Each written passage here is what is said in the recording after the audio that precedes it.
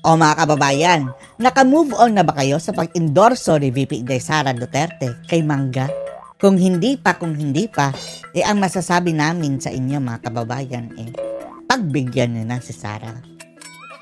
Hayaan na natin mga kababayan dahil alam natin na mayroon din silang plano mga kababayan, yung mga Duterte. Sa tingin nyo, hindi alam ito ni dating Pangulong Digong? Palaging nag-uusap si VP Sara Duterte mga kababayan at si PRRD. At kung ano man ang kanilang pinaplano, let it be. Zip na muna tayo mga kababayan, baka mabulilyaso. Anyway, alam naman ni VP Inday Sara Duterte na marami sa atin kahit pa i-endorso niya si Amy ay hindi na talaga boboto sa Marcos mga kababayan. Alam ni VP Sara Duterte yan. Kaya intindihin na muna natin mga kababayan dahil hindi naman tayo ang may tatay na nakakulong sa ICC. Diba? Si VP Inday ang nakakulong ang tatay. Kaya hayaan na muna natin sila sa kanilang diskarte. Hindi naman kayo pinipilit na bumoto kay Amy. Pero, hindi po yan rason mga kababayan para bumitiw tayo sa suporta kay VP Sara Duterte. Just trust the process mga kababayan. Panoorin niyo po itong input ni Roque ha. Alam ko mahirap tanggapin. Mahirap talaga. Na-endorso na naman ang VP Sara ang Mangga. Mangga! Gaya ng sinabi ko sa inyo, yung pinakahuli-huling bumitiw Never ni again. Marcos sa pagkakatiwala sa kanya. Hanggang sa muli, ako talaga'y umaasa na magiging tunay na kaibigan itong si Amy Marcos. Pero ang katunayan... Pero in fairness kay PRRD ha, noon pa man mga kababayan, ay parang kinakaibigan na niya si Amy.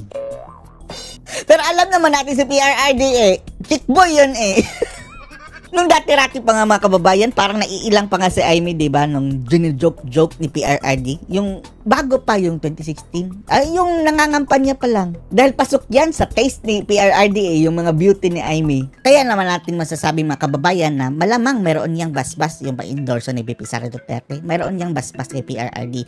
Kung ano man ang kanilang dahilan, ewan lang natin ha. Wag na muna nating ibukin. Ayan po, sa politika, wala talagang tunay na kaibigan. Walang tunay na kaibigan. At yan ang isang natutunan ko na kay Inday Sara. Ang tunay na pagkakaibigan, yun yung mga taong labas politika.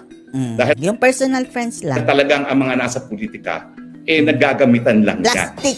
Yan ang masakit po. At sa tingin ko, may mga dahilan naman ang Inday Sara. Wag na po tayo magtampo kay Inday Sara. Oo nga. Kasi siya naman ang may tatay na nakulong mga kababayan, no? Although tinatawag nating tatay mga kababayan, tayo nga nasasaktan na hindi natin totoong tatay si PRRD. Tatawagin lang nating tatay.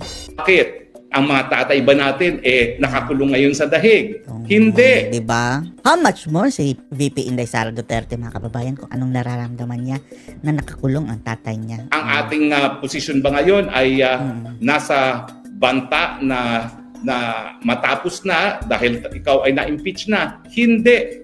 So kung Inday Sara na ang ama ay nasa kulungan sa dahig at kung si Inday Sara na siyang in-impeach na at dadaan sa paglilitis sa Senado ay nag-endorso pa rin kay Amy Marcos, sino ba naman tayo para tumutol?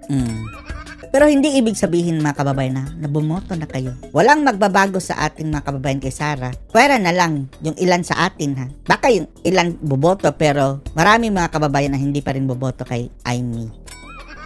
Whether or not mga kababayan bumoto kayo o hindi, na-execute na yung plano ni Sara Hindi naman kayo pinipilit bumoto. As long as na-execute niya ang kanyang plano mga kababayan na i-endorse si Amy, lusot na ang plano. Hindi ko naman po sinasabi na hindi pwedeng magkamali si Inday Sara Duterte.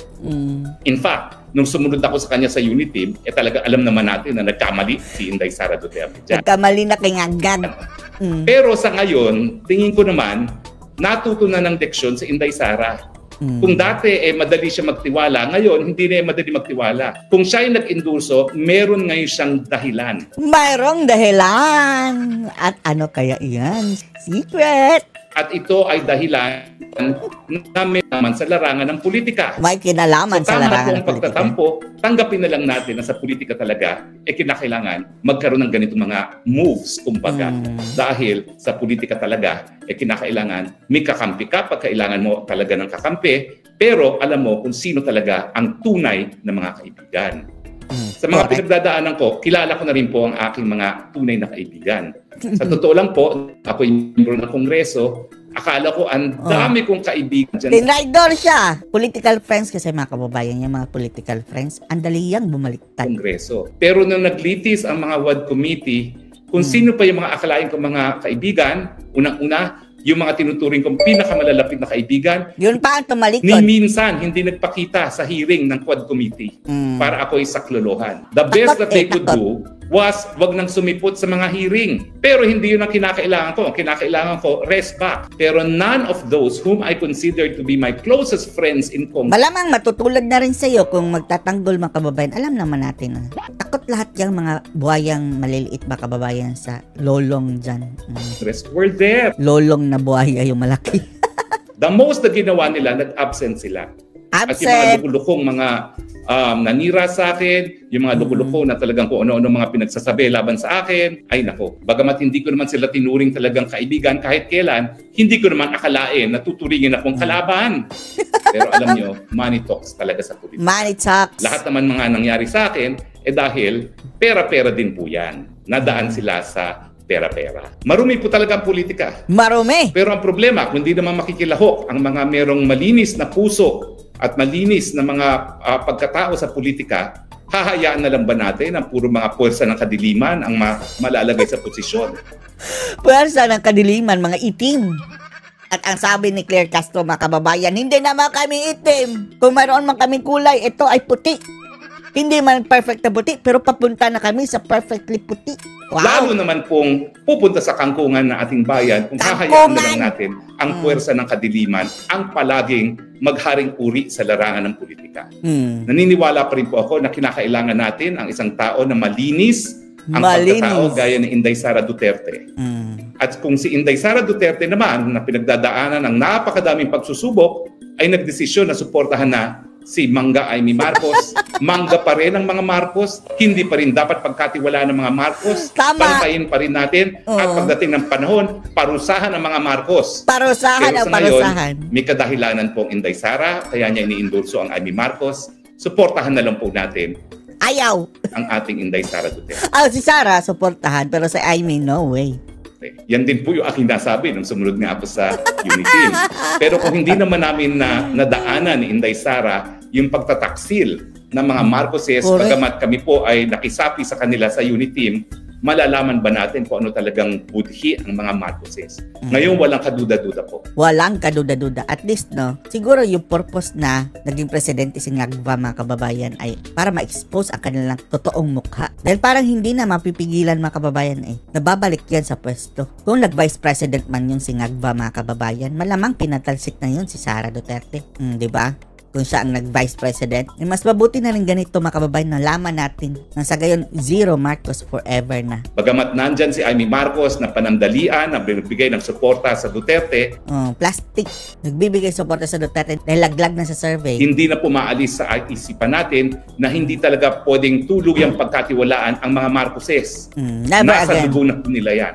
Nasa dugo na nila yan na magnakaw, nasa dugo na nila yan na magpasasa sa pwesto. Correct. Pero sa ngayon po, kinakailangan ni Inday Sara si Mangga Marcos, Mangga Amy, suportahan na lang po natin siya. Nang sa ganun naman po, makatulong tayo sa napakadaming pagsubok ni Inday Sara Duterte. Hindi ko po sinasabi na nagbago ng isip ko sa mga Marcoses. Inuulit ko po. 2 beses na natin napagbigyan yung mga Marcoses, wala talaga silang kwenta. Wala kwenta! Grabe din ito si Roque, no? Pero believe tayo kay Roque, mga kababayan. Ito ang yung magandang kawal, mga kababayan, dahil talagang loyal sa mga Duterte, Pero sa ngayon po, na ang daming pagsubok na pinagdadaanan ni Inday Sara Duterte, suportahan po natin ang kanyang desisyon. Kung hindi ba ito ginigipit ng tuwad ko, mga kababayan, malamang magiging senador na ito ngayon. Mananalo ito, mga kababayan. Si Jimmy Bondoc nga, mga kababayan, umaangat na. Malapit na sa top 12. How much more ito siguro, mga kababayan? Kaya nang ginipit lumayas ng 10 oras. So ako po, miski masakit sa aking damdamin, iboboto ko na po rin si Mangga. Hindi. We respect and we support Sara all the way. Pero, hindi naman tayo pinipilit ni Sara Inendorso lang niya, pero alam niya, mga kababayan, na maraming mga taga-suporta niya ay hindi talaga boboto sa Marcos. Sige na nga. No, hindi na nga. Dahil kung si Inday Sara na nakakulong ang ama, na si Inday Sara na inaapi ng Kongreso, na si Inday Sara na pinaalis ng Malacanang ay nakuhang i-endorso ang Mangga Amy Marcos, siguro naman ako, bagamat ako rin, ang dami kong pagsubok sa buhay, magagawa kong suportahan siya. Pero hindi na po tayo magpapabola. Hoy, Mangga, boboto ka lang namin. Hindi ka namin iboboto. Pero okay lang, ako na lang pala mga kababayan. Kayo pwede nyo iboto, pero okay lang naman iboto nyo. Wala namang pilitan, di ba? Pero yung sa talagang ayaw, wag na. Sundin nyo ang nasa looban nyo mga kababayan. Hayaan na lang natin yung tadhana. Dahil kay Inday Sara Duterte, do not make the mistake na nabola mo kami, na ibang klase ka, na iba ka sa iyong kapatid. Nag-iisa lang kayo. Ang Mangga hindi po pwedeng magbunga ng santol. Correct.